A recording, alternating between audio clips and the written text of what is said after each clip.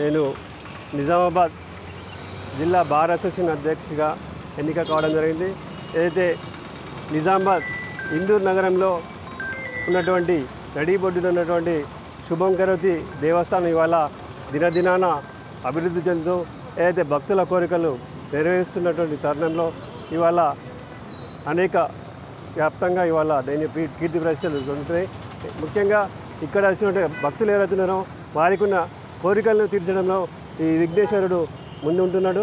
అదేవిధంగా ఇవాళ వారు అనుకున్న కోరికలు తీరుస్తున్నాడు కాబట్టి ఈ విఘ్నేశ్వరుడు పేరు ప్రసిద్ధి మరింత ముందుకు సాగుతూ ఉంది.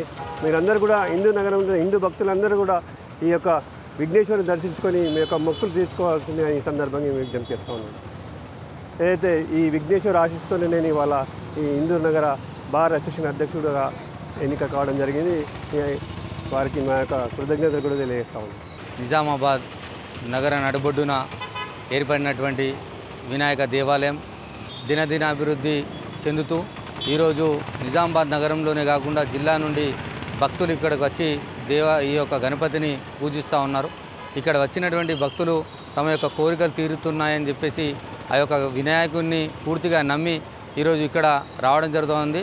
ఇక్కడ ప్రతి మంగళవారం ఉదయం నుంచి రాత్రి 11-12 గంటల వరకు కూడా భక్తుల యొక్క సందడి చూస్తే జాతరను తలపిస్తూ ఉంటుంది. అదేవిధంగా సంకటాష్టమి రోజు కూడా ఇక్కడ అన్నదాన కార్యక్రమం జరుగుతూ ఉంది. కాబట్టి భక్తులు తమ యొక్క నమ్మకంతో ఈ యొక్క శుభం కరోతి దేవాలయానికి రావడం, వారి యొక్క కోరికలను తీర్చుకోవడం, ఆ యొక్క దేవుని యొక్క కృపా కటాక్షాలను పొందడం జరుగుతూ ఈరోజు దినదినాభివృద్ధి చెందుతూ ఉంది. ఈ యొక్క అభివృద్ధిలో ఈ యొక్క దేవాలయ అభివృద్ధిలో పాల్పంచుకుంటున్నటువంటి ప్రతి ఒక్క భక్తుడికి పేరు పేరున ధన్యవాదాలు తెలియజేస్తాను.